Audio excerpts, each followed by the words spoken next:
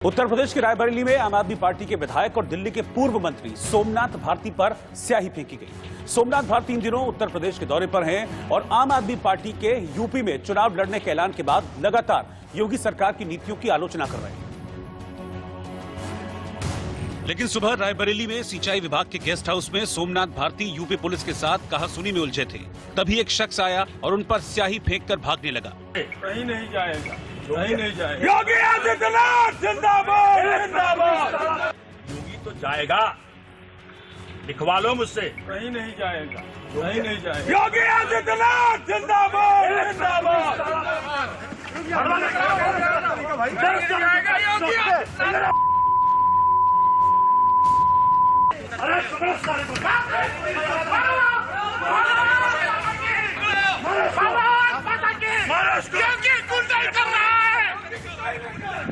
हालांकि सोमनाथ भारती स्याही फेंकने वाले लड़के को पकड़ने के लिए खुद दौड़ पड़े। इस दौरान माहौल बिगड़ गया और अफरा तफरी मच गई। इस बीच स्याही फेंकने के आरोपी को पुलिस ने वहीं हिरासत में ले लिया, लेकिन सोमनाथ भारती पुलिस और योगी सरकार पर भड़क उठे। यही काम करवा रहे हैं आप तो जाने दीजिए, जो करवाना था करवा लिया। आप यही काम करवा रहे हैं। इतनी सुनिए मेरी बात, इतनी पुलिस खड़े होने के बावजूद एक गुंडा आता है, मेरे ऊपर स्याही डालता है। काफी देर तक इसी तरह पुलिस और सोमनाथ भारती के बीच नोकझोंक चलती रही। इस घटना के बाद भारतीय जनता पार्टी के कई नेताओं ने भी आकर सोमनाथ भारती का विरोध किया, जिस पर अचानक अमेठी पुलिस उन्हें अपने साथ वहां से ले गई। जानकारी के मुताबिक सोमनाथ भारती को यूपी पुलिस ने गिरफ्तार कर लिया। दरअसल एक विवादित बयान देने पर उनके खिलाफ जगदीशपुर के एक व्यक्ति ने केस दर्ज किया था, क्योंकि 2 दिन पहले जगदीशपुर में मीडिया को दिए बयान में सोमनाथ भारती ने कहा था कि वो यहाँ के अस्पताल को देख रहे हैं, लेकिन बदतर हालत है। लेकिन हालत इतनी खराब है कि अस्पतालों में बच्चे तो पैदा हो रहे हैं, लेकिन कुत्तों के बच्चे पैदा हो रहे हैं। और इस बीच विवाद के बाद न्यायालय ने सोमनाथ भारती की जमानत अर्जी खारिज कर 14 दिनों के लिए उन्हें न्यायिक हिरासत में भेज दिया है। पश्चिम बंगाल के सियासी घमासान में भगवान राम और सीता की एंट्री हो गई है। टीएमसी सांसद कल्याण बनर्जी ने राम और सीता को लेकर एक टिप्पणी की, जिस पर सियासी घमासान मचा है। और इस मामले में टीएमसी सांसद के खिलाफ एफआईआर भी दर्ज करा दी गई है। टीएमसी के सांसद कल्याण बनर्जी का एक वीडियो वायरल है, जिसमें राम सीता पर टिप्पणी की गई है। सीता रामेर का सीता रामेर का बोलছে বলো ভাগ্যিস রাবণ আমাকে হরণ করে নিয়ে গেছিল।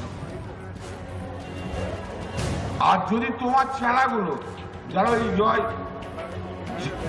বলে হ্যাঁ লাল ফেট্টিকে হলুদ গেরুয়া ফেট্টি বলে যদি তোমার ছেলেগুলো যদি আমাকে হরণ করে নিয়ে যেত, তাহলে আমার উত্তরপ্রদেশে হাসরাসের খর্ষিতা মেয়েটার মতো অবস্থা হবে। पश्चिम बंगाल के चुनावी माहौल में कल्याण बनर्जी का बयान तूल पकड़ गया और बीजेपी नेताओं ने छूटते ही तीखा हमला बोला। देखिए, कल्याण बनर्जी जो कि बंगाल के एमपी हैं, जिस प्रकार से उन्होंने सीता मां के लिए अभद्र भाषा का प्रयोग किया है, ये बहुत निंदनीय है। ये एक बड़ा अपराध है। करोड़ों हिंदुओं के भावनाओं को ठेस पहुंची है इस प्रकार से सीता मां को जो गाली दी है कल्याण बनर्जी ने। आप देखिए, ममता बनर्जी के वो राइट हैंड है।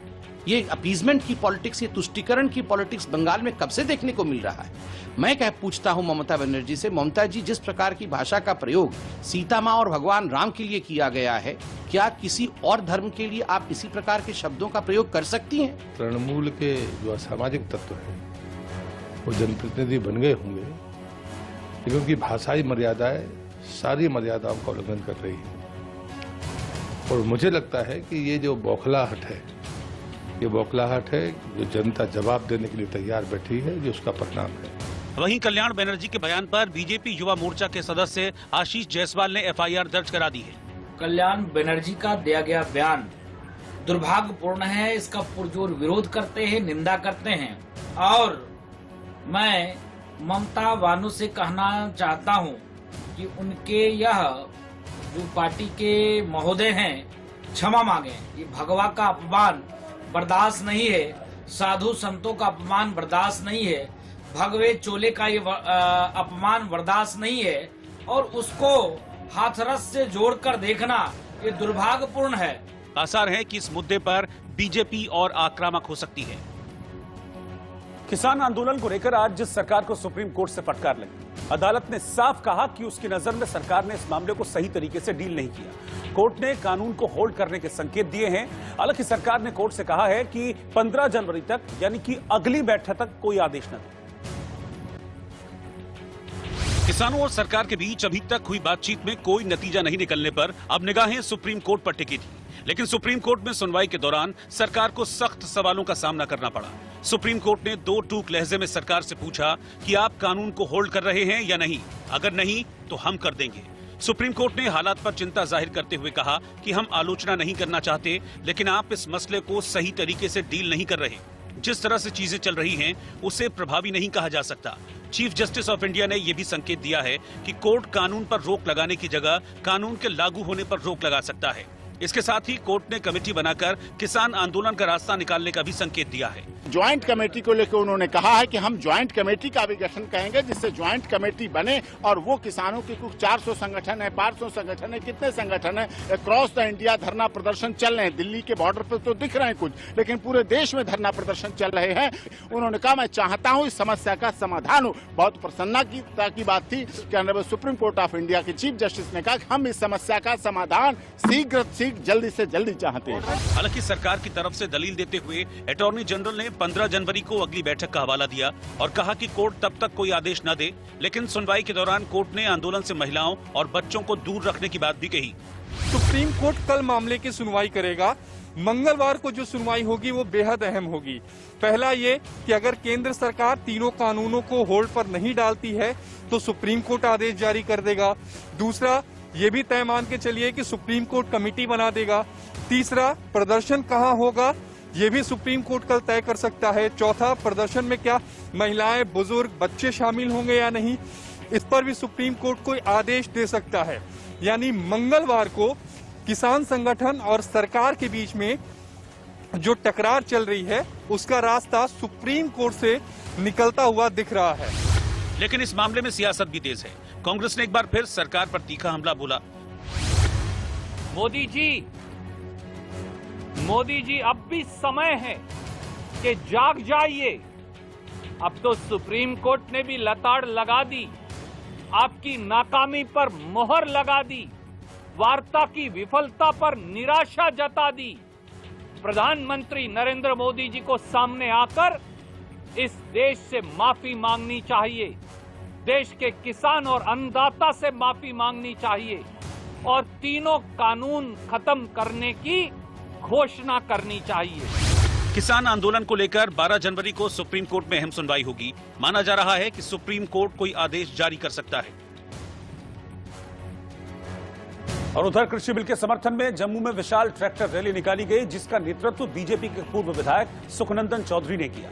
रैली में किसानों ने अपनी ट्रैक्टर ट्रॉलियों पर बीजेपी के झंडे लगाए और पूरे इलाके का दौरा किया। दिल्ली बॉर्डर पर पिछले कई दिनों से किसानों का प्रदर्शन चल रहा है और सरकार से बिल को वापस लेने की मांग कर रहे हैं, मगर उसी सरकार और उसी बिल के पक्ष में आज जम्मू में भी किसानों का प्रदर्शन शुरू है, जिसमें बीजेपी के वरिष्ठ नेता और पूर्व विधायक जो हैं, पूर्व मंत्री जो हैं वो शामिल हुए हैं। इस वक्त मेरे साथ चौधरी सुखनंदन जी हैं जो इस ट्रैक्टर रैली को लीड कर रहे हैं, जिसमें सैकड़ों की तादाद में ट्रैक्टर जो हैं वो शामिल हैं। सुखनंदन जी, ये रैली जो है इसका मकसद क्या है? ये जो रैली जो हमारे किसान है जम्मू कश्मीर के, ये सब मोदी जी की नीतियों के साथ हैं। क्योंकि जब से हमारी गवर्नमेंट बनी है दिल्ली के अंदर, और जब हम लोग 2008 में हम लोग 8 MLA हमारे असेंबली के अंदर जम्मू कश्मीर के अंदर जीत के आए थे, उस दिन के बाद ना यहाँ पे मंडियों की कोई प्रॉब्लम आई है। जैसे मेरे एरिया में आज भी 5 मंडियाँ चल रही हैं, ना कभी खाद की कोई कमी आई है, कहीं कोई ऐसी कमी नहीं आई। तो इसलिए ये सब मोदी जी की नीतियों के साथ है। क्योंकि मैं खुद इसी से जुड़ा हुआ हूँ, खुद किसानी अभी भी करता हूँ। मैंने तो ड्राइविंग की ट्रैक्टर के ऊपर सीखी थी, तो मैं भली भांति जानता हूँ। मैंने वो कांग्रेस का राज भी देखा है, 80 का वो दशक भी देखा है, जब हमें मार्केट में गंदम के ज़्यादा पैसे मिलते थे और हमें मजबूर होकर कोऑपरेटिव सोसाइटी को गंदम देनी पड़ती थी। तो तब हमारे कुछ लोग ऐसे जो काम करते थे बेचारे, तो कई बार उन लोगों को पुलिस स्टेशन के अंदर जाना पड़ा, जेल की हवा खानी पड़ी। तो आज मोदी जी ने जब किसानों को खुली छूट दी है कि हम अपनी फसल कहीं भी जाके बेच सकते हैं, कहीं, जैसे हमारी बासमती, इसके ऊपर बैन था, और 2008 में जब हम MLA जीत के गए तो तब हमारा वो बैन खत्म हुआ। तो तब हमें जब हम अपनी बासमती जाके पंजाब में जाके बेच सकते हैं, हरियाणा में जाके बेच सकते हैं, कहीं भी लेके जा सकते हैं। लेकिन आज तो हमारा कानून ही मोदी जी ने सारे छूट दे दी किसानों को, भैया कहीं भी आप अपनी फसल जाके बेच सकते हैं। मगर एक चीज और है, जो किसान सड़कों पे बैठा है, बॉर्डर पे इतने दिनों से प्रदर्शन कर रहा है, उसके पीछे की वजह क्या होगी? सर मेरे ख्याल में वो किसान जो वहाँ पे बैठा हुआ ना, वो शायद लगता है सभी कांग्रेसी हैं उसके अंदर। कुछ लेफ्टिस्ट हैं जो जेएनयू के अंदर नारे लगाते थे, वो भी वहाँ पे चक्कर लगा रहे हैं। जोगिंदर जाजिब जी देखा आपने, वो कहाँ के किसान है? अगर ऐसा तो नहीं हो। नहीं भैया, किसानों के पास आजकल जो 2 महीने रहते हैं ना, जब गंदम लग गई, उसको फर्टिलाइजर वगैरह स्प्रे कर दिया, दवाई वगैरह उसको दे दी, 2 महीने फ्री रहते हैं, गर्मी नहीं बैठे, जाके बाहर बैठ गए। तो इसलिए जो पछतावा है उनको कांग्रेसियों को, जो आज तक वो उन्होंने ना हमारे किसानों के लिए किया ना वो करेंगे। आप कहना चाहते हैं कि जो किसान वहाँ बैठा है वो कांग्रेस सब करवा रही है? बिल्कुल करवा क्यों नहीं रही? आपने देखा सुरजेवाला जी सुबह क्या बयान दे रहे थे, सब उन्हीं की देन है जी। और ये हल क्या है? अब ये जो डेडलॉक बना है बॉर्डर पे, उसका हल क्या? भैया अगर कोई जो तीनों बिल हमारी गवर्नमेंट ने जो पास किए दिल्ली के अंदर, अगर उसमें कोई अमेंडमेंट चाहते हैं तो वो लाए, लेकिन वो कहते थे बिल खत्म करो। बिल कैसे खत्म करो? एमएसपी के ऊपर बोलते हैं, एमएसपी का कभी वो तो 67 में जाके शुरू हुई थी, तब से वो एग्रीकल्चर डिपार्टमेंट की एक नीति रहती है कि जब हरित क्रांति शुरू हुई थी तो उस समय सरप्लस गंदम हो गई, सरप्लस पैडी हो गई, सरप्लस फसलें हमारी निकली, तो गवर्नमेंट एक सजेशन दिया एग्रीकल्चर डिपार्टमेंट ने गवर्नमेंट को, भाई आप इस रेट पे इस चीज को खरीद लो।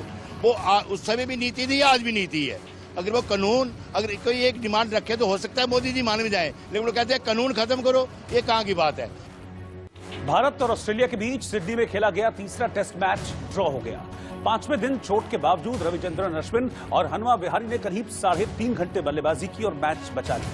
मैच के दौरान विहारी हैमस्ट्रिंग और अश्विन चोट से जूझ रहे थे, लेकिन उनके जज्बे ने कमाल करते हुए इतिहास लिख दिया। सिडनी में हार से बचना था, कंगारुओं को जीत तक पहुंचने से रोकना था, बस फिर क्या था? भारतीय बल्लेबाज चट्टान की तरह हार के सामने दीवार बनकर खड़े हो गए। ऑस्ट्रेलिया ने टीम इंडिया को 407 रन का टारगेट दिया। जवाब में 5वें दिन भारत ने दूसरी पारी में 5 विकेट गंवाकर 334 रन बनाए। दिन के खेल में 1 ओवर बाकी रहते ऑस्ट्रेलियाई कप्तान टिम पेन ने मैच ड्रॉ करने की घोषणा की। अश्विन और विहारी ने 258 गेंदों में 68 रन की पार्टनरशिप की, जिस बीच उन्होंने करीब 3.5 घंटे क्रीज पर बिताए। कंगारू ने हर चाल को आजमाया, लेकिन भारतीय बल्लेबाजों का ईमान एक बार फिर नहीं डगमगाया। आपको एक एक करके कंगारुओं की काली करतूत बताते हैं। सबसे पहले देखिए ऑस्ट्रेलियाई खिलाड़ी स्टीव स्मिथ की चाल। ऋषभ पंत का बल्लेबाजी करते हुए स्टांस या यूं कहें गार्ड ही मिटा दिया गया।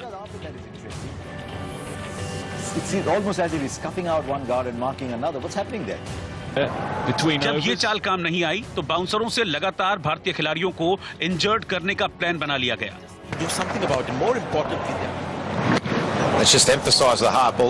जब हाथों से बात नहीं बनी तो विकेट के पीछे से कप्तान ने जुबानी जंग शुरू कर दी।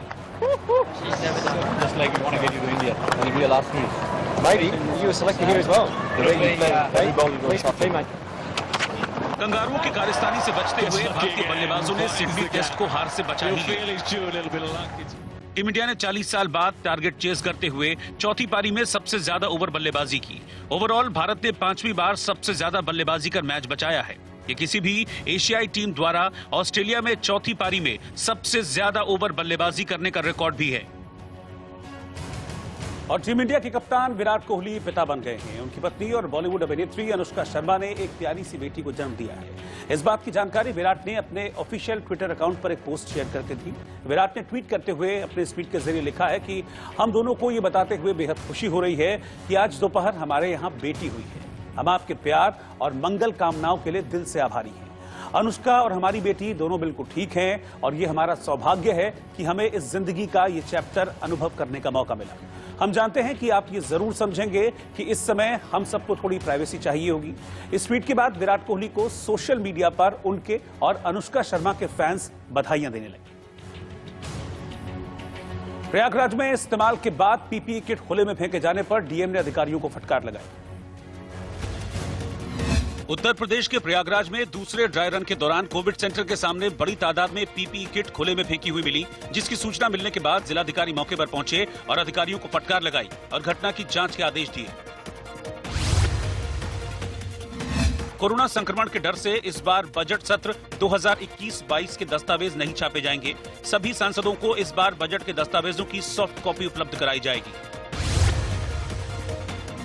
अमेरिकी संसद पर हमले के मामले में राष्ट्रपति डोनाल्ड ट्रंप की मुश्किलें बढ़ती जा रही हैं। सदन अध्यक्ष नैन्सी पेलोसी ने ऐलान किया है कि राष्ट्रपति डोनाल्ड ट्रंप के खिलाफ महाभियोग लाने के लिए सदन उचित कार्यवाही करेगा। रिलायंस इंफ्रास्ट्रक्चर ने PKTCL यानी पर्वती कोल डैम ट्रांसमिशन लिमिटेड में अपनी 74% हिस्सेदारी इंडिया ग्रिड ट्रस्ट को 900 करोड़ रुपए में बेच दी है। केंद्रीय मंत्री नितिन गडकरी ने देश की सीमेंट और स्टील इंडस्ट्री को आड़े हाथों लिया है। दोनों इंडस्ट्रीज में आपसी साठगांठ है, जिसके चलते इनकी कीमतों में काफी तेजी आई है। कारोबारी सप्ताह के पहले दिन सोमवार को शेयर बाजार भारी बढ़त के साथ बंद हुआ। सेंसेक्स 486 अंक उछलकर 49,000 को पार करते हुए 49,269 पर बंद हुआ। वहीं निफ्टी 137 अंक ऊपर 14,484 पर बंद हुआ।